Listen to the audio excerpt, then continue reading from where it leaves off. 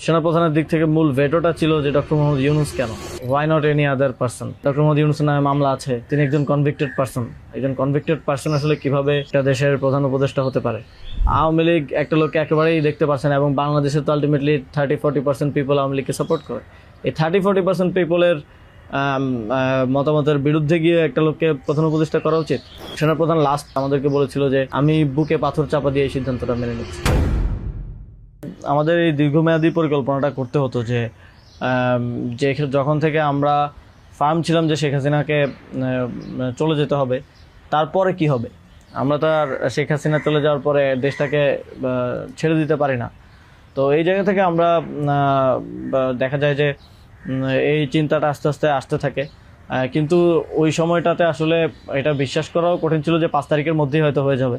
আমাদের তো এমনকি সশস্ত্র অভ্যুত্থানের প্রস্তুতিও ছিল। 5 তারিখ যদি আমরা সফল না হতাম, হয়তো আমরা অস্ত্র তুলে নেওয়ার ঘোষণা দিতাম, এবং নাহিদ ভাই ভিডিও বার তো রেডি রেখেছিল, আমিও কি ঘোষণা দিব সেটাও রেডি ছিল। তবে এর আগে আমরা এটা অনুভব করি যে পরবর্তীতে আমরা আসলে দেশটার আসলে কি হবে শেখ হাসিনা চলে যাওয়ার পরে। সেই জায়গা থেকে মানে এটা কোনো কালেকটিভ ডিসিশন এরকম ছিল না, এমন না যে আমরা মিটিং করে ডিসিশন নিয়েছি যে ডক্টর ইউনূসকে প্রধান উপদেষ্টা বানানো হবে বা এরকম কিছু। তখন আমার মূলত যোগাযোগ হয় ইয়ের সাথে, যে যোগাযোগ হচ্ছিল আমেরিকান এম্বাসির কয়েকজনের সাথে। এর পাশাপাশি হচ্ছে সাবেক ছাত্রদলের এক বড় ভাই আছেন শামীম ভাই, উনি মিরপুরে অর্গানাইজার হিসেবে খুব ভালো ভূমিকা পালন করছিলেন। তো ওনার সাথে আমার যোগাযোগ হচ্ছিল। উনি মূলত ওনার যোগাযোগটা ছিল মূলত মুশফিকুল ফজল আনসারি ওনাদের সাথে আর কি। তো ওনার মাধ্যমে আমার ডক্টর আলী রিয়াজ, তারপর হচ্ছে বদির আলম মজুমদার স্যারদের সাথে যোগাযোগ হয়। ওনাদের সাথে আমি কথা বলি। 1 তারিখ যখন আমরা আমাদেরকে ডিবি থেকে ছেড়ে দেওয়া হয়, সেদিন প্রাথমিক কথা হয়, কিন্তু 2 তারিখ মূলত আসল কথাবার্তা শুরু হয়। ওনাদের সাথে কথা বলে এবং ওনাদেরকে তখন আমি জিজ্ঞেস করছিলাম যে ডক্টর মোহাম্মদ ইউনূস কি আসবেন কিনা যদি আমরা আহ্বান করি। তো সবার একটা কমন কথা ছিল উনি আসবেন না, কারণ ওনাকে এর আগেও তো অনেকবার চেষ্টা হয়েছে আহ্বান করার। ওই 24 নির্বাচনের আগেও একটা আলোচনা ছিল, এবং এর আগেও 19 সালের দিকে একটা আলোচনা ছিল। এর আগেও যখন তত্ত্বাবধায়ক সরকার ছিল তখনও ওনাকে আনার চেষ্টা করা হয়েছিল, বাট উনি সবসময় পলিটিক্যালি থেকে রিফিউজ করেছেন, দূরে থাকতে চেয়েছেন। তো আলী রিয়াজ স্যারও আমাকে বললেন, বদিউল আলম মজুমদার স্যারও বললেন যে উনি আসবেন না। আরও যাদের সাথে কথা হচ্ছিল উনি রাজি হবেন না, এই ধরনের একটা কথা ছিল। বাট আমি সরাসরি ওনার সাথেই কথা বলতে চাই, এবং তখন হচ্ছে শামীম ভাই আমাকে ওনার বর্তমান যে পিএস সাব্বির ভাইয়ের নাম্বার দেন। তো সাব্বির ভাইয়ের সাথে যোগাযোগ করার পর সাব্বির ভাই আমাকে বলেন যে আমি তো স্যারের সাথে নাই। তো স্যারের সাথে মঈন চৌধুরী নামের একজন তখন স্যারের প্রাইভেট সেক্রেটারি হিসেবে কাজ করছিলেন। তো সাব্বির ভাই আমাকে মঈন চৌধুরীর নাম্বার দেন। মঈন চৌধুরীর সাথে আমি যোগাযোগ করি 2 তারিখ কি 3 তারিখ হবে, এবং ওনার সাথে আমার কথা হয়। এবং উনি তখন বলছিলেন যে স্যারের একটা ছোটো সার্জারি আছে। স্যার তখন ফ্রান্সে ছিলেন। তো সার্জারি আছে, এবং পরবর্তীতে আমি ওনাকে মেসেজগুলো ক্লিয়ার করার চেষ্টা করি যে আমরা চাচ্ছি এমনটা। তো উনি স্যারের সাথে কথা বলেন। স্যার আমাদেরকে পরে একটা মেসেজ পাঠান যে তোমরা যেটা করতেছো আমি তোমাদের সাথে আছি আর কি। এটা হচ্ছে 2 তারিখের দিকে স্যার একটা মেসেজ আমাদেরকে পাঠান থ্রু মঈন চৌধুরী, কিন্তু তখনও কথা হয়নি। স্যারের সাথে আমার প্রথম কথা হচ্ছে, মানে আমি বারবার ইনসিস্ট করছিলাম সরাসরি কথা বলতে, কারণ সবাই অনুৎসাহিত করতেছে যে স্যার আসবেন না, আদার অপশনস দেখার জন্য, প্রধান উপদেষ্টা হিসেবে অন্য কাউকে দেখার জন্য অনেক নামও আসতেছিল, অনেক নামও সাজেশন আসতেছিল। কিন্তু আমার চিন্তাটা ছিল যে আমাদের যে অর্থনৈতিক ভঙ্গুর পরিস্থিতি, তারপরে একটা বিশেষ পরিস্থিতিতে আমরা সরকার গঠন করলে সেটার জাতীয় আন্তর্জাতিক যেই স্বীকৃতির ব্যাপার আছে, এগুলো আসলে ডক্টর মোহাম্মদ ইউনূস ছাড়া পসিবল হবে না। তো সেই জায়গা থেকে আমি বারবার যোগাযোগ করার চেষ্টা করি। পরে মঈন চৌধুরী স্যারের সাথে আমাকে কথা বলিয়ে দেন। সম্ভবত ওনার নাম্বার থেকেই প্রথম কথা বলা হয়, এবং স্যারকে আমি অ্যাপ্রোচ করার পরে স্যার আমাকে বললেন যে আমি হচ্ছে তোমরা অন্য কাউকে ভাবো। এটা সম্ভবত 3 তারিখ। স্যার বললেন যে, এবং স্যার কয়েকজনের নামও বললেন যে তোমরা ওনাদেরকে ভাবতে পারো। এর মধ্যে 2-1 জন আমাদের উপদেষ্টা পরিষদেও আছে এখন। স্যার বলেন যে আমার লাইফটা তো ডিফারেন্ট, আমি ওইখান থেকে আসবো কিনা। এবং উনি বলেন যে তাহলে, আমি যখন বললাম যে স্যার আপনাকে ছাড়া হবে না, আপনাকে আসতেই হবে, তখন উনি বললেন যে আমি ভেবে দেখি, তোমরাও ভাবো, যদি আদার কোনো বেটার অপশন পাওয়া যায় তাহলে তোমরা ভাবো, আর আমিও ভেবে তোমাদেরকে জানাবো। তো 3 তারিখ তো অনেক কিছু আনসার্টেন ছিল, এক দফা শুধু ঘোষণা হয়েছে, কবে পতন হবে, কবে আসবে, এটা আনসার্টেন ছিল। তো আমার মনে হয় এটাও ডিসিশন নেওয়ার ক্ষেত্রে একটা বাধা ছিল সে সময়। কিন্তু আমি যথেষ্ট, আমার মনে হচ্ছিল যে উনি ডিনাই করলেও he is to some extent positive, যেটা বাকিদের থেকে আসতেছে যে একেবারেই আসবে না এরকম। আসিফ স্যারও বলতেছিল যে আসবে না স্যার, রাজি হবে না। তো আবার আমার মনে হচ্ছিল যে এই লোকগুলো তো সবাই স্যারকে পার্সোনালি চেনে, তো ওনারা বলতেছে। কিন্তু আমরা ইনসিস্ট করি, আমি ইনসিস্ট করি, এবং আমি তখন আসলে বাকিদেরকে জানিয়ে রাখছিলাম যে আমার স্যারের সাথে যোগাযোগ হচ্ছে। তখন এটা কোনো কালেকটিভ ডিসিশন ছিল না যে ওনাকে আমরা প্রধান উপদেষ্টা করব।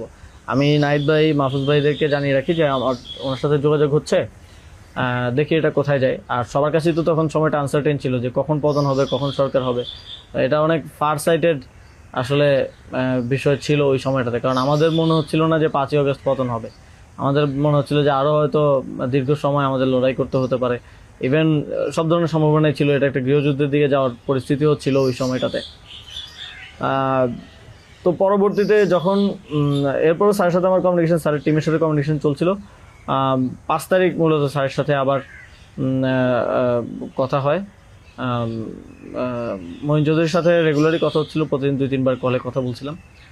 5 তারিখ স্যার যখন সার্জারিতে ঢুকবেন, ঢোকার আগে হচ্ছে কথা হয়, যখন শেখ হাসিনা পালিয়ে গেল সন্ধ্যায়, আমরা চ্যানেল 24-এর অফিসে। তখন আমি স্যারের সাথে কথা বলতে চাই যে এখন তো পতন হয়ে গেছে, এখন একটা ডিসিশনে আসতে হবে। তো তখন মঈন ভাই স্যারের সাথে আমাদেরকে কলে যুক্ত করেন। তো চ্যানেল 24 অফিসেই নাহিদ ভাই আর আমি আমার ফোন থেকে লাউডস্পিকারে স্যারের সাথে কথা বলি। তো স্যারকে আমরা বলি যে স্যার এখন একটা ডিসিশন আসতে হবে, আর স্যারও সার্জারিতে চলে যাচ্ছিলেন তারপরে ডিসিশন দেওয়াটা। তো স্যার এক ধরনের তখন মনসম্মতি দিলেন যে আমি আসব। আর এর মাঝে তো 2 দিন স্যারও আলোচনা করেছেন বিভিন্ন পর্যায়ে, আমি আসবো, তবে বিস্তারিত কথা বলার আগে তোমরা কোথাও এটা অ্যানাউন্স করো না আর কি। তো এই আলোচনাটা হওয়ার পরে আমরা, অনেকগুলো বিষয় ছিল ডিসকাস করার মতো। আলোচনাটা হওয়ার পরে আমরা চ্যানেল 24-এর অফিসে প্রেস ব্রিফিংটা করি সেদিন রাতে, এবং সরকারের রূপরেখাটা কী হবে সেখানে ঘোষণা করি, একটা অন্তর্বর্তীকালীন জাতীয় সরকার ঘোষণার কথা বলি।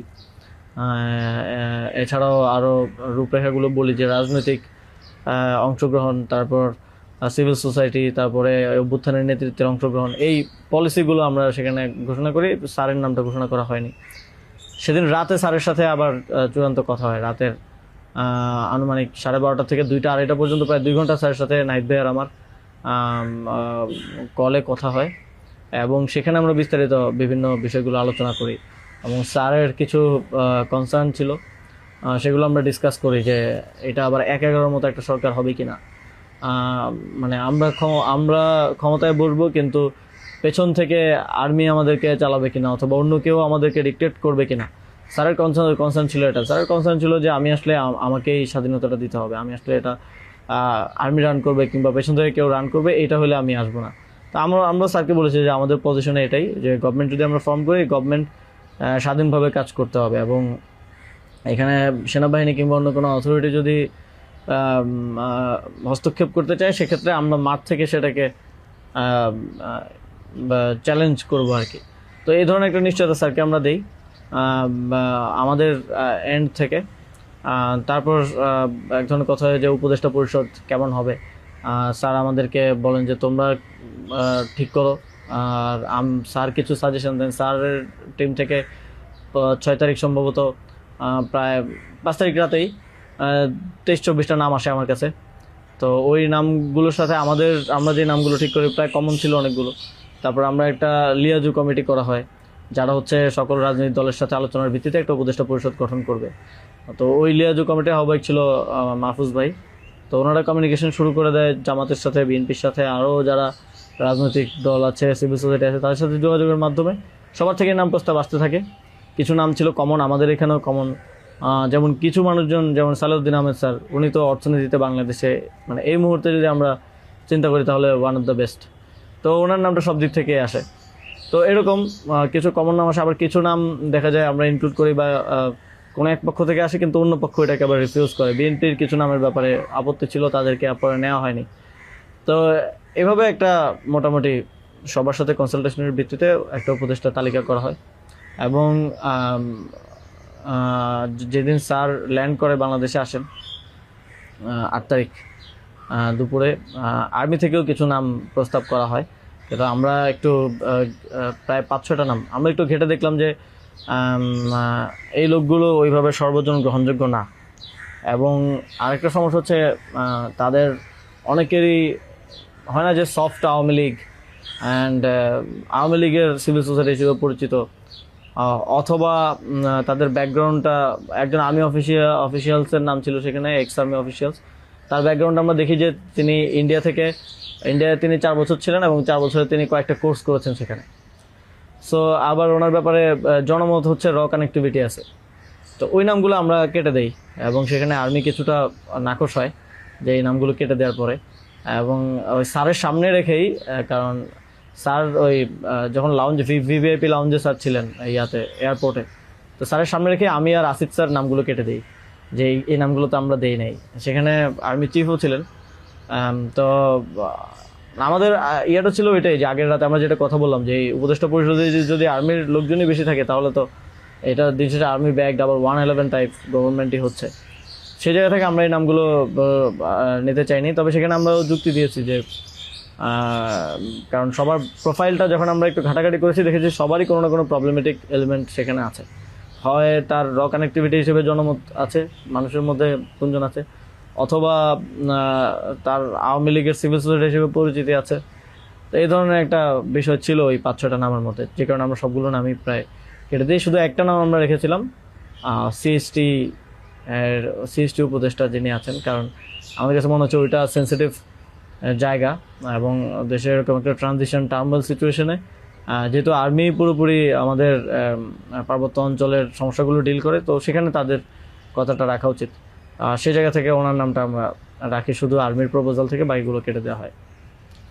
তো এভাবেই একটা এবং এছাড়াও আরেকটা ইয়ে ছিল যে 6 তারিখ আর্মির সাথে আমাদের একটা বৈঠক হয়, 3 বাহিনী প্রধান তারপর রাষ্ট্রপতি, প্রায় 4 ঘন্টার একটা বৈঠক হয়।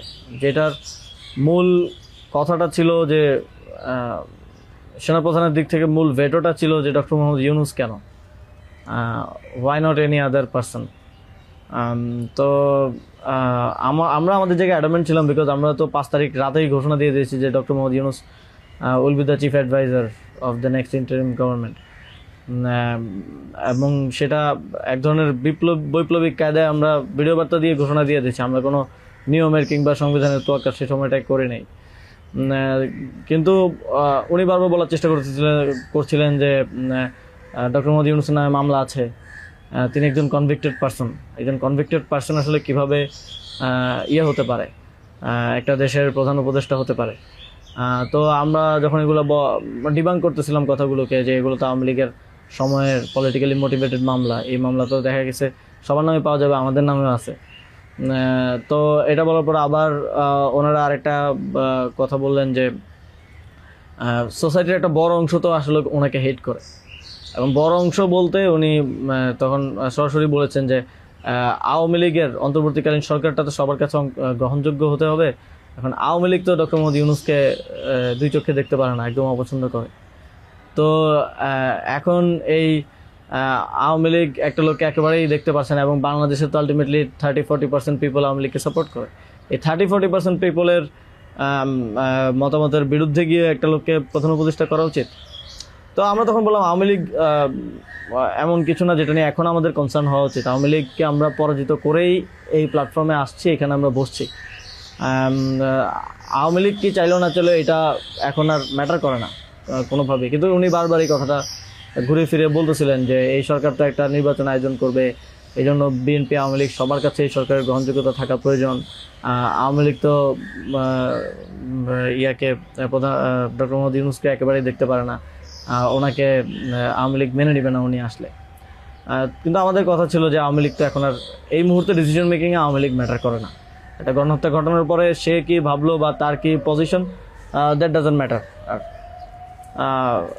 এরপরও ওনারা নানা ধরনের যুক্তি দিতে পারে, এবং শেষে 4 ঘন্টা এই বিষয়ের উপরে ডিসকাশন হয়। 4 ঘন্টা, আধা ঘন্টা হয়তো অন্যান্য ইস্যুস নিয়ে ডিসকাস হয়েছিল, বাট 4 ঘন্টা প্রায় 3.5 ঘন্টা এই ইস্যু নিয়ে ডিসকাস হয়। তো এখানে আসছিলাম আমি, নাহিদ ভাই, মাহফুজ ভাই আর নাসির ভাই।